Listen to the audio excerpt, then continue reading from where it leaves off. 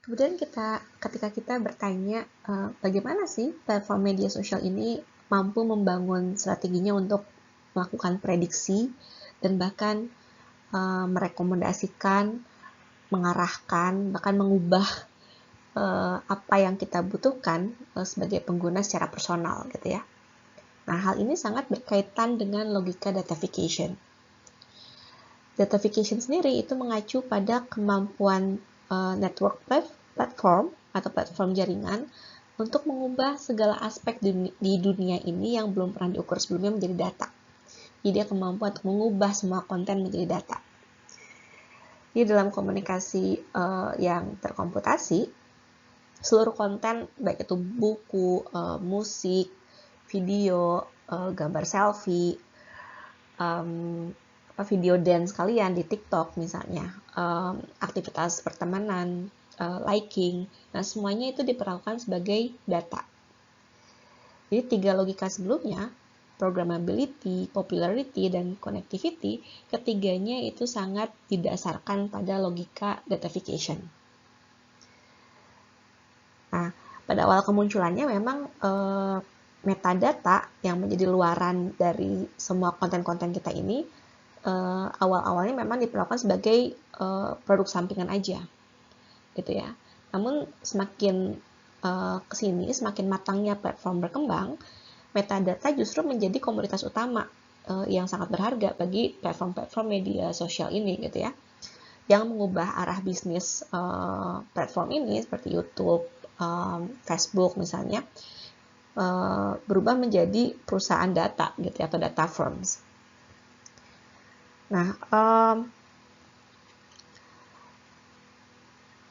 logika datafication inilah yang memungkinkan platform media sosial untuk mengubah teknis dalam memprediksi dan melakukan analisa secara real time.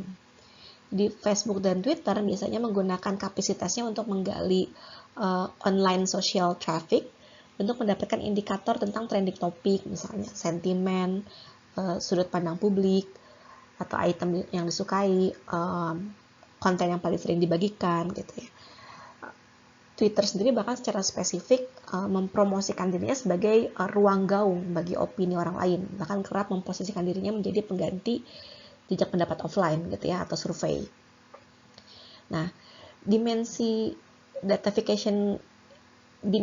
yang membuat datafication menjadi karakteristik utama yang membedakan media sosial dengan media massa adalah kemampuannya menghadirkan data secara real time. Jadi dimensi real time ini, dengan dimensi ini platform itu dapat melacak pergerakan seketika dari perilaku pengguna, mengumpulkan data ini dan menganalisisnya untuk kemudian menerjemahkan hasilnya menjadi informasi yang berharga bagi individu, kelompok, atau bahkan masyarakat yang lebih besar, gitu ya. Yang kemudian ini termanifestasi pada skandal Cambridge Analytica misalnya. Pada aspek komersial, prinsip datafication inilah yang digunakan untuk memprediksi selera pengguna secara individual dan memasukkan iklan yang sudah dipersonalisasi atau personalized ads, gitu ya. Namun satu hal yang sangat penting yang perlu kita pahami adalah fakta bahwa platform media sosial ini tidak pernah menjadi saluran yang netral untuk transmisi data, gitu ya. Karena ada aspek penting dari datafication, yaitu adalah ketidaktampakannya atau invisibility-nya, yang membuat seakan-akan datafication ini adalah mekanisme yang tampak natural dan objektif. Nah, selanjutnya akan kita lebih elaborasi. Nah, dalam perkembangannya, ketika kita berbicara tentang objektivitas data, terutama sejak terblow up-nya skandal Cambridge Analytica, dia menjadi sebuah fenomena yang membuka mata banyak orang, gitu ya, dan membuat orang mulai mempertanyakan sejauh mana data itu safe, gitu ya, di tataran platform, sejauh mana platform bisa bertanggung jawab, gitu ya, dan mulai ada banyak pandangan-pandangan kritis dalam melihat perkembangan AI dan perkembangan big data, gitu ya. Nah, beberapa scholars diantaranya Lisa Gitterman gitu ya, Lisa Gitterman, terus juga beberapa ada, aduh saya lupa namanya, Baron Alberts, mungkin nanti di perkuliahan berikutnya saya cantumkan namanya ya, saya lupa mencantumkan namanya di slide ini. Mereka adalah beberapa scholars yang mulai mengkaji secara kritis mengenai objektivitas data gitu. Apa benar data ini sifatnya objektif atau netral? Apa benar AI dan machine learning ini benar-benar objektif gitu ya. Nah, selain skandal Cambridge Analytica, juga beberapa peristiwa itu juga cukup heboh gitu ya di tahun lalu, tahun 2019 gitu, yang membuat semakin banyak orang yang mulai mencurigai objektivitas dari AI ini atau machine learning yang dipergunakan dalam membaca data gitu ya. Misalnya di sini gitu ya, ketika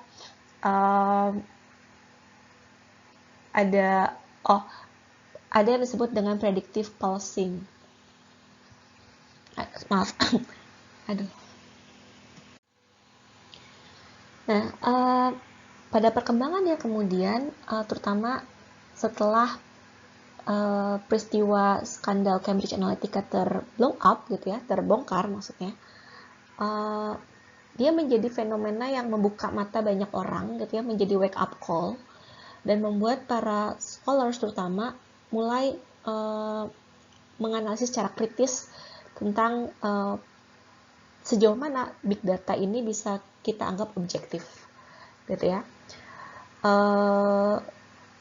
Selama ini atau selama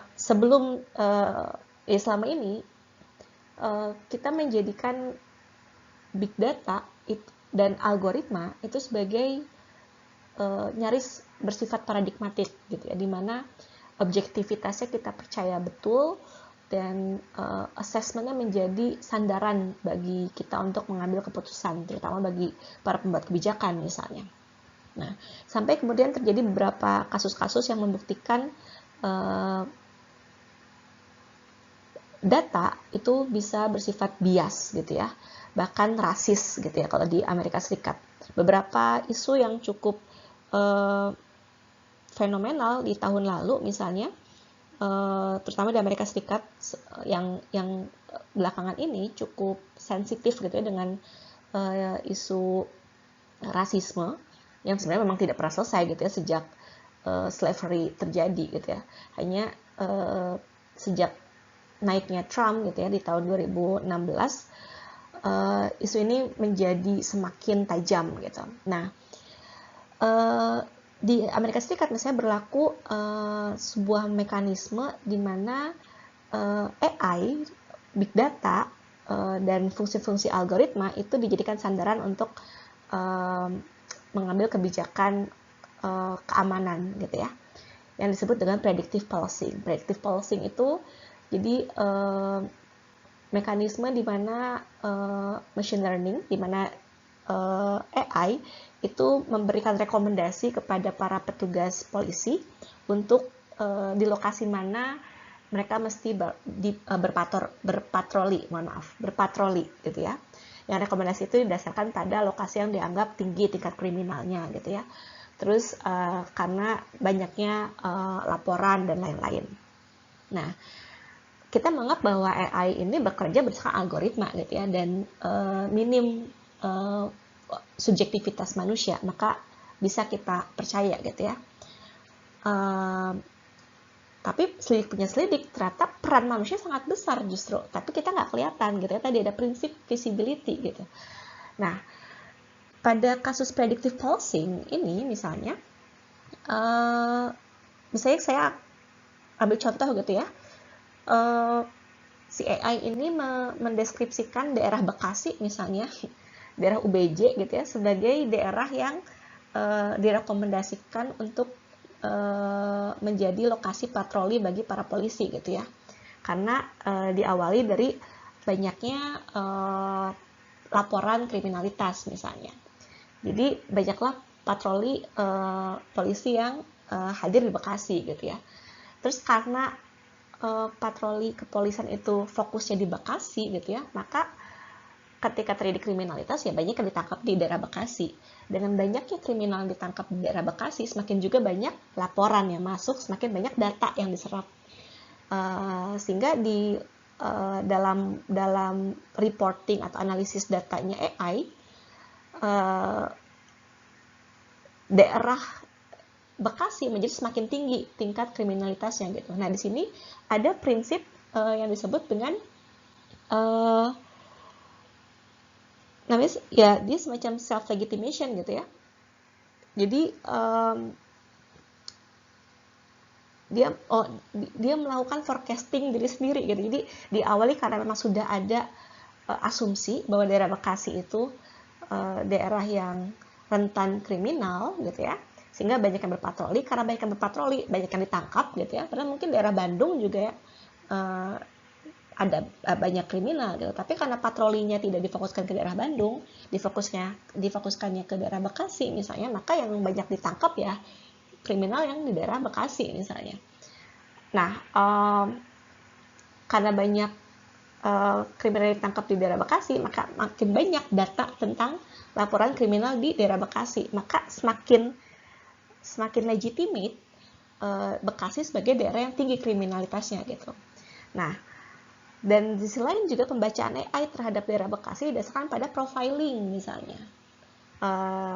Nah, ini yang terjadi di Amerika Serikat gitu ya, salah satu distrik misalnya di daerah, saya lupa nama daerahnya, di mana distrik itu difokuskan sebagai lokasi yang direkomendasikan oleh AI untuk menjadi fokus patroli dari para aparat kepolisian gitu di Amerika Serikat.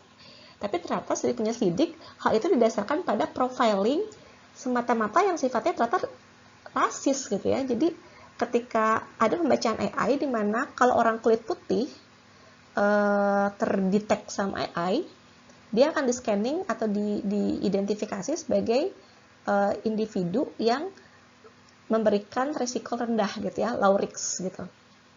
Sementara kalau di orang kulit hitam seperti ini contohnya,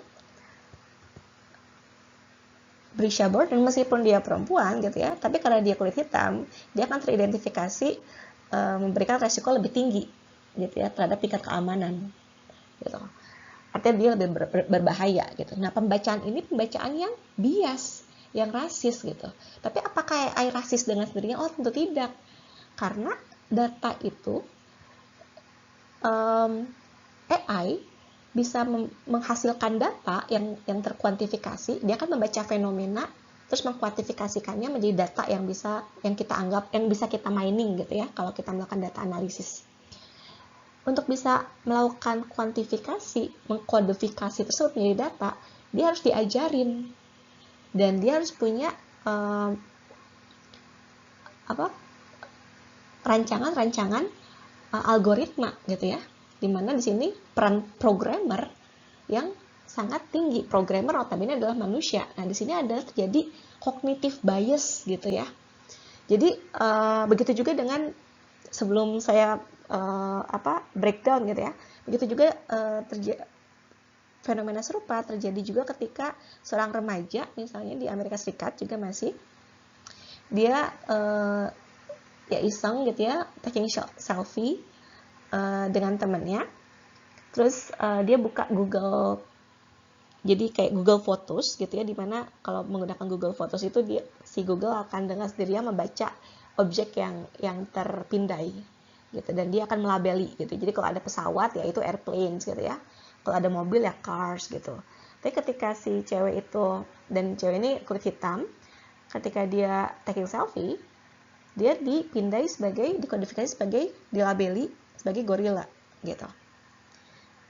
Nah, AI ini perlu diajarin sehingga dia bisa mengkodifikasi objek tertentu menjadi A, B, C gitu ya. Satu fenomena diinterpretasi. Nah, jadi awalnya ketika terjadi skandal Cambridge Analytica, banyak orang melihat bahwa bias ini atau pendistorsian data ada pada aspek penggunaannya. Gitu. Jadi karena dalam skandal Cambridge, data-data ini, privasi data dari para pengguna user disalahgunakan untuk melakukan kampanye politik gitu ya, yang menyalahi konsen atau kesepakatan para pengguna dengan platform Facebook gitu. Nah, tapi menurut Lisa Gitterman, jauh sebelum dia digunakan, data itu sendiri tidak pernah objektif, dia nggak pernah netral.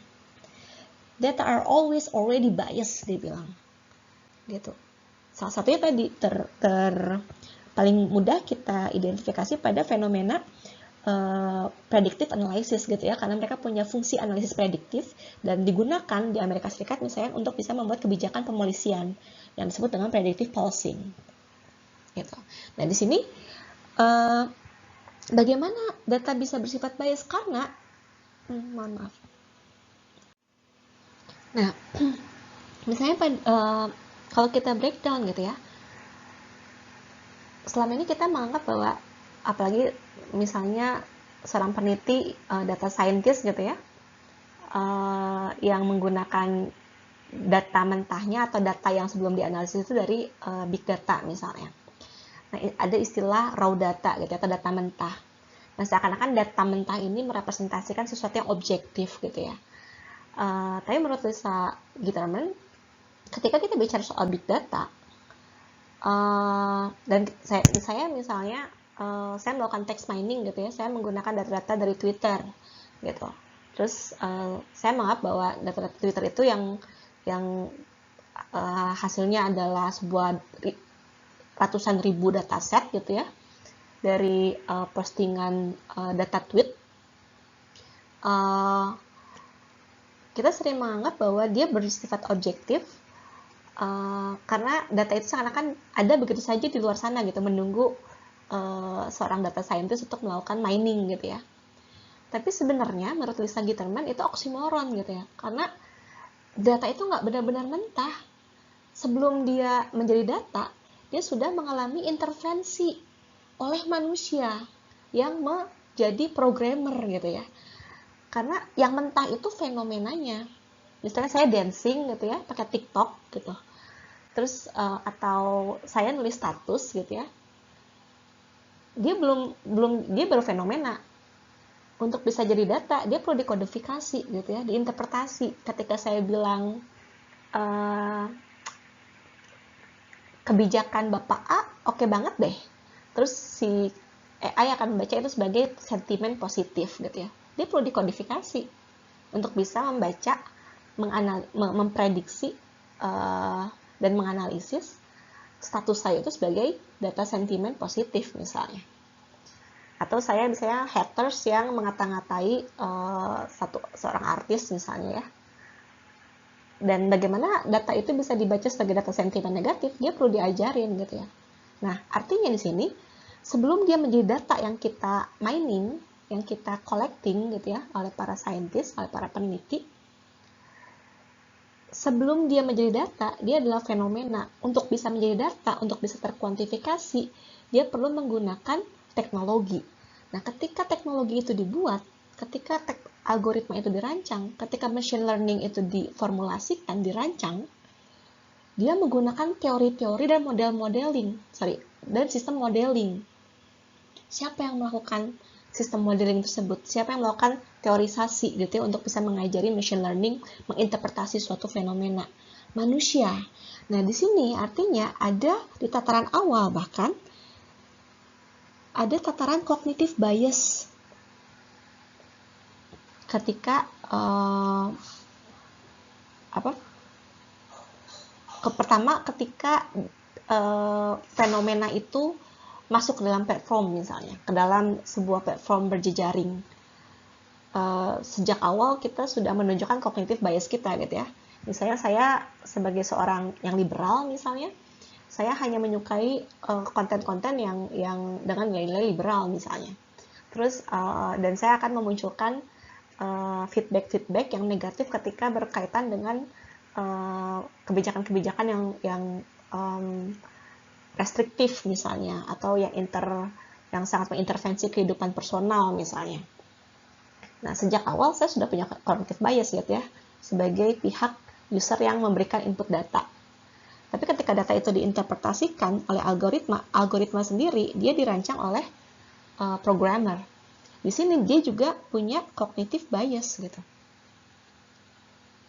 Ketika dia, misalnya ini terjadi juga di Microsoft gitu ya. Microsoft itu punya chatbot namanya Tay. Si Tay ini dia chatbox yang awal-awal di publish di Twitter gitu ya. Jadi dia seakan dia punya akun tapi dia sebenarnya bot, dan dia sering berinteraksi dengan para pengguna Twitter lainnya gitu. Jadi sering banyak ngajak ngobrol. Sifat AI itu kan semakin sering dia diajak interaksi, sebenarnya dia sedang diajarin. Nah, bahkan ketika bicara soal di tataran bagaimana AI ini diajak belajar oleh para pengguna platform, dia juga punya aspek human. Ada semakin dia berinteraksi dengan orang-orang yang punya perspektif tertentu, maka dia juga akan melakukan mirroring. Dia akan berkaca atau mengimitasi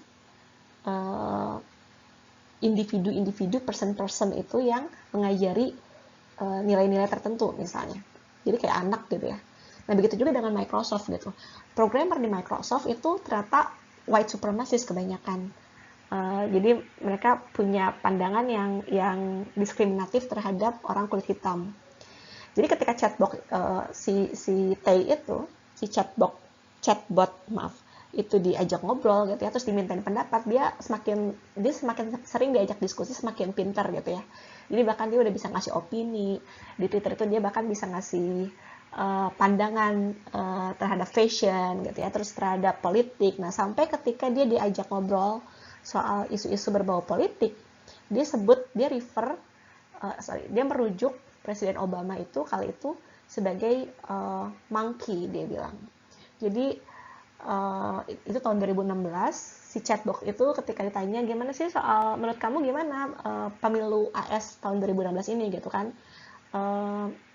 apa kamu punya harapan siapa yang akan terpilih dan lain-lain gitu. Intinya sih si chatbot itu bilang bahwa selama ini Amerika Serikat tuh udah oke gitu ya ketika di masa Bush, tapi sejak masa pemerintahan si monyet ini, nah ketika kata monkey itu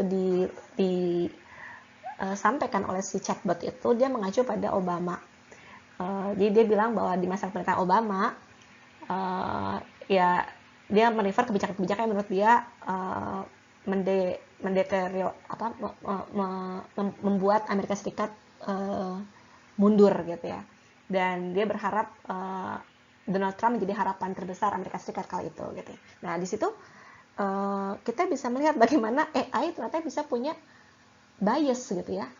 Nah, bias ini datangnya dari mana? Ternyata dari aspek manusia.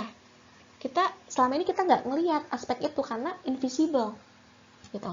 Nah, Lisa Gitterman melihat secara kritis ada aspek subjektif di balik apa yang kita sering agung-agungkan sebagai sesuatu yang objektif gitu pada AI atau big data gitu. Nah, di sini bahkan di tataran algoritma yang seharusnya dia hanya membaca secara objektif gitu, karena algoritma itu kan dia biner ya, dia cuma baca kode 010101 gitu ya. Ya, saya tidak akan terlalu teknis sini, karena saya juga tidak terlalu memahami software design ya. Tapi pada intinya, bahkan ketika perancangan algoritma, dia seperti halnya kita melakukan teorisasi ya di ilmu sosial, dalam ilmu computer science, perancangan algoritma juga ada teorinya sendiri gitu ya. Maksudnya teorisasi pendekatan modeling gitu, yang itu memberikan pengaruh tentang bagaimana dia akan menginterpretasi fenomena gitu ya. Nah, di sini artinya ada peran interpretasi yang membuat si AI dan data itu memiliki nilai-nilai subjektif, karena dia menjadi kepanjangan dari nilai-nilai para programmernya gitu. Nah, baik di tataran awal ketika data itu diinput gitu ya, dari fenomena ke sini, juga di tataran ketika dia diproses menjadi data. Dan ketika kita melihat kasus Cambridge Analytica misalnya, penggunaannya pun bisa bias gitu ya, ketika dia ternyata digunakan untuk kepentingan-kepentingan yang di luar konsen atau persetujuan dari para penggunanya. Nah, itu beberapa isu yang berkaitan dengan datafication gitu ya, terkait bagaimana dia ternyata dipersonalisasi menjadi dia memungkinkan personalized ads gitu ya, dia memungkinkan targeted marketing gitu ya, yang membuat platform yang awalnya menjadi yang awalnya merupakan instrumen bagi kita untuk saling terkoneksi, justru menjadi instrumen marketing gitu ya, dimana kita menjadi pasar-pasarnya. Dan di sisi lain, datafication juga memungkinkan data atau datafication ternyata juga secara sendirinya atau secara inherent itu juga memiliki nilai-nilai yang sifatnya subjektif, bias gitu. Dan karakteristik invisible dari datafication ini itu dimungkinkan karena rancangan-rancangan algoritma, rancangan-rancangan modeling struktur algoritma yang memungkinkan machine learning belajar dan akhirnya membaca data gitu ya, membaca fenomena menjadi data, dia sifatnya dia bagian dari IPR, baik IPR si pemilik platform atau IPR dari si perancangnya gitu ya, sehingga dia selalu dirahasiakan. Jadi setiap kali ada dispute, setiap kali bahkan berkali-kali terjadi fenomena-fenomena seperti ini ya, diskriminasi terjadi berkali-kali. Yang paling gampang, meskipun bukan cuma diskriminasi, para scholars punya kesulitan gitu untuk bisa menelaah lebih dalam, karena kita cuma bisa membaca fenomena gitu ya, ternyata terjadi diskriminasi yang itu datang dari pembacaan algoritma gitu. Karena data, bagaimana sifat data itu sendiri, bagaimana algoritma itu dirancang, itu nggak bisa dibuka gitu ya, dia black box karena dia sifatnya dia dilindungi oleh IPR, dia bagian dari hak kekayaan intelektual gitu dari pemilik platform atau juga bahkan dari desainernya. Tapi kebanyakan desainer itu kemudian menyerahkan hak intelektualnya kepada pemilik platform gitu ya. Nah, itu beberapa isu mengenai datafication. Setelah slide ini, saya juga mencantumkan, ya, saya memasukkan kuliah dari Prof. Van Dijk tentang datafication, dataism, dan data surveillance, karena datafication juga memungkinkan kita menjadi objek surveillance ya, objek pengawasan. Jadi itu juga salah satu isu yang perlu kita pantau. Jadi teman-teman bisa mendalami sendiri dari link YouTube yang sudah saya tautkan pada slide setelahnya. Gitu ya. Sampai di sini saya harap paling tidak pembelajaran mengenai logika sosial media ini cukup jelas untuk teman-teman pahami. Kalaupun tidak, itu artinya berarti menjadi dorongan bagi teman-teman untuk langsung membaca referensinya. Jadi jangan puas dari apa yang saya sampaikan, baca referensi langsung dan cari sebanyak mungkin sumber-sumber pembelajaran yang lain gitu ya. Baik dari kuliah YouTube dan lain-lain, dan saya juga masukkan link di RPS yang bisa teman-teman akses gitu.